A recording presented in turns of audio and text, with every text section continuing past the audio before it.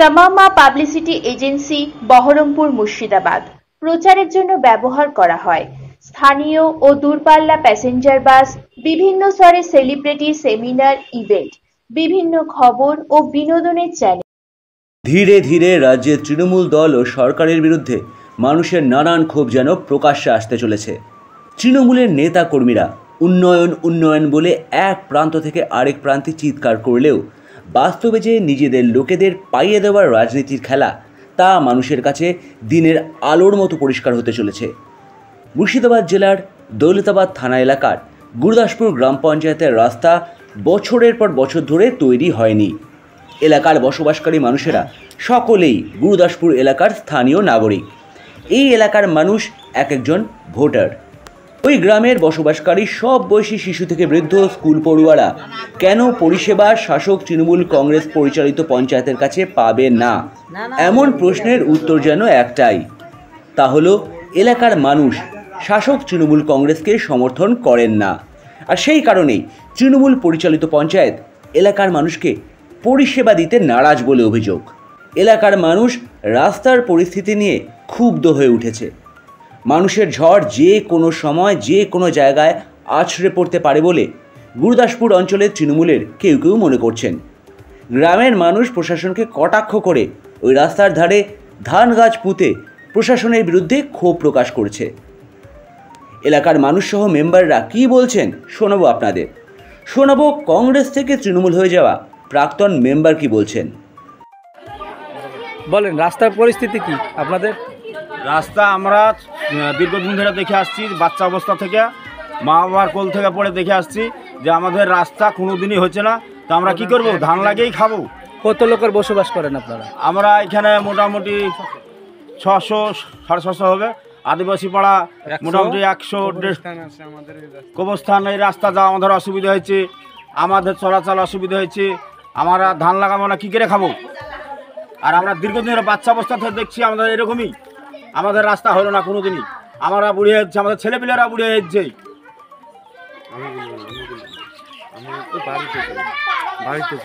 আচ্ছা, ঠিক আছে।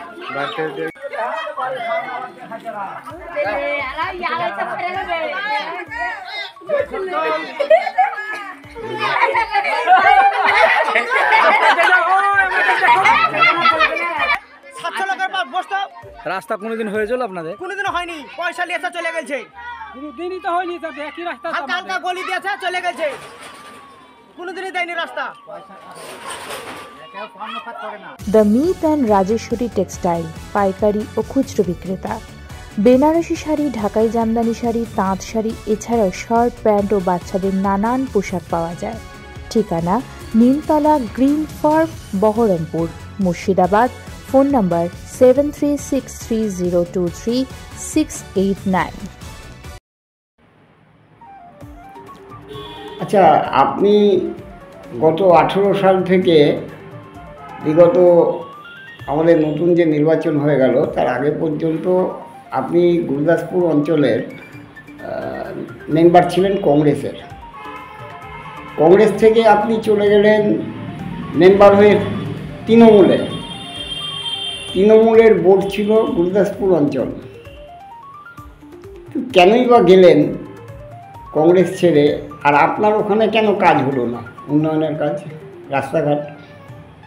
আমি কংগ্রেস ছেড়ে টিএমসিতে গিয়েছিলাম কাজের জন্যে। যে টিএমসির ভোট, আমি বিরোধী হিসাবে থাকতে গেলে কাজ হতে পাবো না, মানুষের কাজ করতে পারবো না, ওই জন্য আমি টিএমসিতে গিয়েছিলাম। তারপরেও যে টিএমসির নেতা, টিএমসির প্রধান, এরা আমাকে বিরোধী হিসাবে রেখেছিল। বিরোধী হিসাবে রাখার পর আমি বহু কিছু বলার পরও কাজের স্কিম দিয়েছি। স্কিম ওরা কাজটা ভাগ করে নিয়ে কোনো দিন মানে দেশের উন্নয়নের জন্য কোনো কাজই করেনি আমাদের বিরোধী মেম্বারগুলোর কাছে। না, বিরোধী মেম্বার তো তখন ছিলেন না, আপনি তো বিরোধী হিসাবে জিতেছিলেন। আমাকে মানে তখনও তারা বিরোধী হিসাবেই করেছে, মানে দেখেছে, মানে কোনোদিন মানে দলের ভাবতে পারেনি ওরা। তো এখনও তো আমরা অনেকেই শুনতে পাচ্ছি যে বিরোধী দলকে কাজই দিচ্ছে না, এলাকার মানুষ ক্ষুব্ধ। হ্যাঁ, এখনো আপনার ওই আগে যে সিস্টেম ছিল, এখনকার যে প্রধান আছে সেও নিজের যে মেম্বারগুলো আছে সে কাজগুলো তাদের মধ্যে দিচ্ছে, বিরোধী মেম্বারকে কোনো কাজই দেওয়া হচ্ছে না। কারণটা কি? এলাকার মানুষ কি বলছে? এলাকার মানুষ মানে মেম্বার, জনগণ তাকে মেম্বার হিসাবে মানে জিতিয়েছে, ওরা তো চাইছে কাজ, মেম্বারের কাছে এসে কাজ। এবার মেম্বার পঞ্চায়েতে যাওয়ার পর সব কাজ আপনার যত কিছু স্কিম সব কিছু দেওয়ার পরও মানে সে ডাইরেক্টলি বলছে যে বিরোধীকে কোনো কাজ দেওয়া হবে না।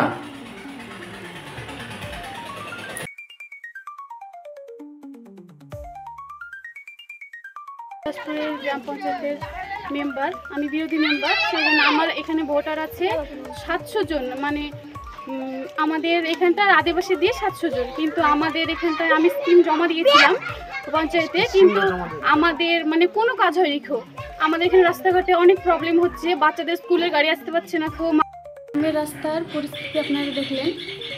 এই সময় যদি গ্রামের মানুষ অসুস্থ হয় তাহলে অ্যাম্বুলেন্স ঢোকার কোনো পরিস্থিতি নেই। আবার যদি মানে আগুন লেগে যায় গ্রামে, তাও কোনো মানে গাড়ি আসার পরিস্থিতি নেই। বাচ্চাদের স্কুলে যাওয়ার সঠিক সময় মানে পেরিয়ে যাচ্ছে, স্কুলে যেতে পারছে না।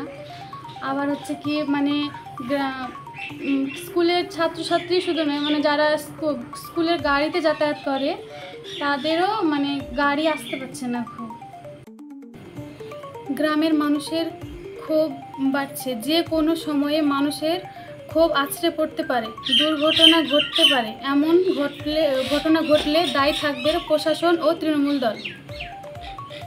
হচ্ছে মানে রাস্তায় যাতায়াতই হচ্ছে না খুব, কিন্তু আমাদের মানে কোনো কাজ হচ্ছে না পঞ্চায়েতে। মানে আমি বিরোধী মেম্বার বলে আমাদেরকে কোনো কাজ দিচ্ছে না। আমরা এই বিষয়ে গুরুদাসপুর পঞ্চায়েতের প্রধানের সাথে কথা বলতে গেলে প্রধান অফিসে না আসায় প্রধানকে পাওয়া যায়নি, আর সে কারণেই সরকারিভাবে গুরুদাসপুর গ্রাম পঞ্চায়েতের বক্তব্য তুলে ধরার চেষ্টা করেও তুলে ধরা গেল না।